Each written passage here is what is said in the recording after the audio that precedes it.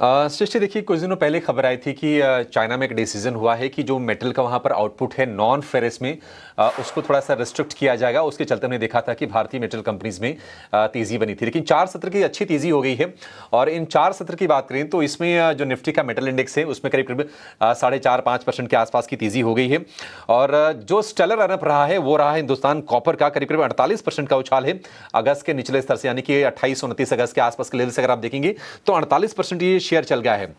NALCO, Tata steel आज 4% ऊपर कारोबार कर रहे हैं। एक ट्रिगर ये भी है कि देखिए इस महीने के आखिर में यूएस फेड की पॉलिसी का आउटकम आएगा। एफओएमसी की बैठक होगी और माना यह जा रहा है कि दरों में फिर से कटौती होने वाली है यूएस फेड की। और अगर ये होता है तो ये कैपिटल गुड्स के लिए, मेटल के लिए निश्चित तौर पर ये पॉजिटिव डेवलपमेंट होता है। और इसके चलते भी हम देख रहे हैं कि मेटल शेयरों को सपोर्ट मिलता हुआ दिख रहा है।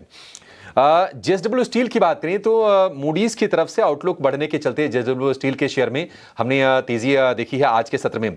लेकिन टाटा स्टील विशेष तौर पर फोकस में है। टाटा स्टील का शेयर जो है वो निफ्टी के टॉप गेनर्स में शामिल है। इस वक्त हम देखेंगे तो करीब करीब 3.5% के आसपास की शानदार तेजी पर यह आपको कारोबार करता हुआ दिखाई देगा।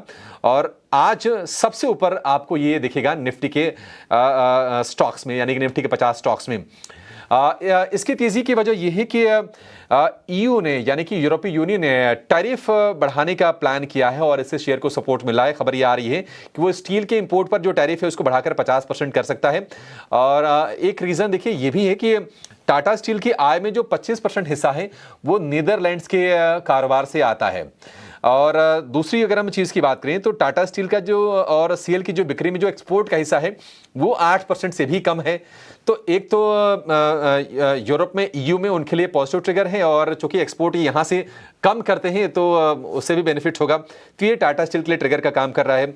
अगर हम महीने भर में शेयरों की चाल की बात करें तो हिंदुस्तान कॉपर करीब 37% चला है, हिंदुस्तान जिंक में करीब 11% की तेजी है, वेदांता, नाल्को और सीएल में भी 5 से 8% के आसपास की शानदार हम तेजी देख चुके हैं।